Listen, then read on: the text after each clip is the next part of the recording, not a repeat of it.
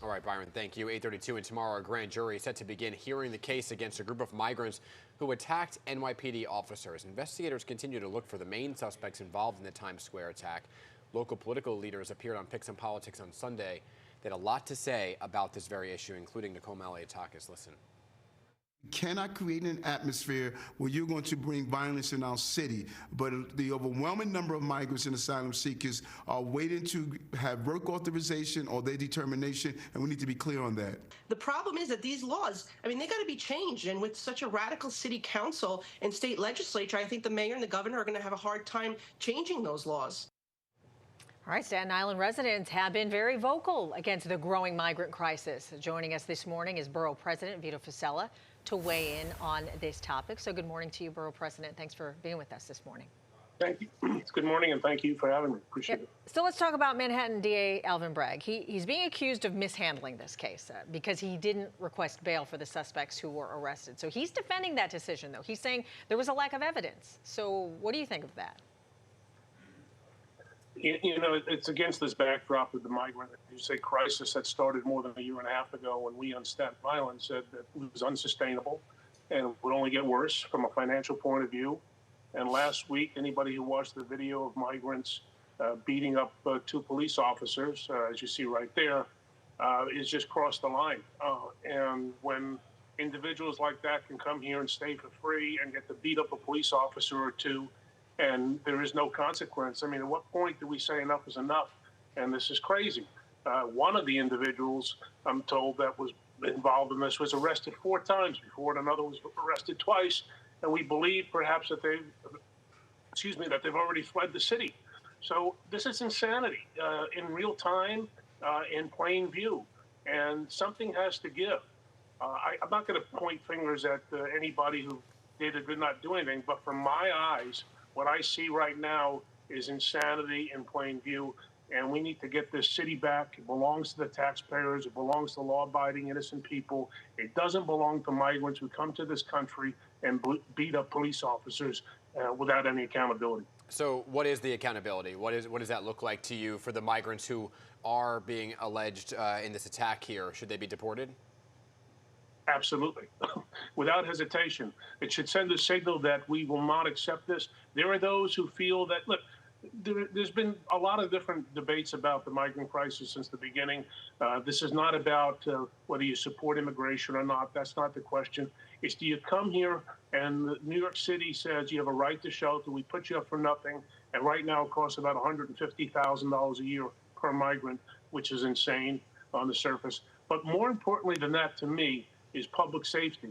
And when these individuals come here, young men who feel that they can do whatever the heck they want, especially beat up police officers without consequence, they should be deported immediately. Somebody should drive them to the border and put them right back into Mexico or wherever they came from, because we have to send a signal that there has to be accountability and consequences when you just start beating people up. And this isn't like some 3 o'clock barroom brawl. This was a melee in Times Square about 8:30 at night, and that's what we reported. What happens with these things that we don't get reported? So yes, in short, I believe they should be deported. But nevertheless, migrants are still coming, and they're coming in large numbers. And they're on Staten Island, St. John's Episcopal Church. They opted not to house 50 migrants in their center. So a lot of folks are asking, is it fair for Staten Island to keep turning these migrants away? And then, you know, the other 4 boroughs have to make room for them. That's fair. But what we said from the beginning is Staten Island did not cause this problem, and Staten Island shouldn't have to solve this problem. This is a wide open southern border where people come from all over the world. You know, remember about a year and a half ago, it was people from Venezuela seeking asylum. Now it's safe to say, if you come from anywhere around the world, you get to Mexico, you walk across the border, you get on a bus or a plane, you come, and New York City foolishly says, we'll put you up for nothing indefinitely. We said it was unsustainable, and we're seeing it once again in real time that it is. You talk about the numbers that are coming. They're estimated to be 90,000 migrants coming to New York City. That's like taking the population of Albany, New York, which is about 90,000 people, and bringing it to in the middle of New York City in a year and a half. How is that policy rational? How is it reasonable? And how is it fair? So yes, the people of Staten Island have stood up and said, we don't want to do this. We help them along the way we want to be their voice. And if the other boroughs want to continue to absorb this, that's their prerogative and that's their right. But on Staten Island, we don't think it's right. I want to move on to congestion pricing, but I want to ask you real quick. There is a border deal that was presented. It's now in the Senate. It's bipartisan. Do you think that should move forward? It's tough for me to say, frankly. I think anything that controls the border and the integrity of the border should be supported. So on balance, I would say yes, but I don't know if ultimately it's going to prevail when all is said and done. Yeah, the House said it's dead on arrival, so we'll see. All right, congestion pricing. You have more support from elected officials on the lawsuit you filed against the toll, which is supposed to go into effect later this year. So what's the next step?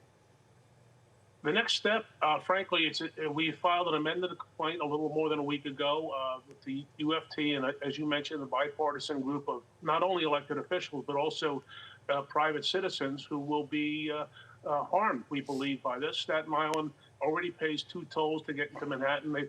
MTA wants to impose a 3rd. And we have residents who have to commute because they have no alternative with mass transit options, have to commute by car. This would be about another $4,000 out of their pocket. We think it's wrong. It will decrease air quality for the people of Staten Island. It will increase traffic, and they'll have to pay for it. So we're hopeful that the judge hears our case. There's been a request for a settlement conference, and we intend to comply with that request. Whether it can be settled, I don't know, but we're going forward as strongly as we can, and we want to commend the UFT and others who stepped up to help us along the way, particularly the president of the UFT, Mike Mulgrew, who had the guts to join us in this lawsuit. All right. I want to end on a positive note, which is some good news for the ferry commuters, right? The concession stands on the ferry are coming back. Snack time. What took so long? Long overdue. Yeah. So for anybody who's taken the Staten Island ferry, it's iconic worldwide. And there you have it.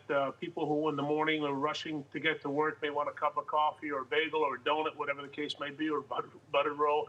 And coming back on a nice summer sunset cruise to have a beer or whatever it may be, we support this effort. And part of the reason, as we know, was COVID, but also there was a lot of labor distress there or disruption. So it was very difficult to get things running smoothly. That has been settled. So it looks like the ferry is sailing very smoothly.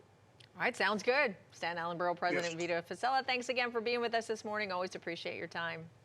Always great to be with you all. Have a great day. Thank you very much.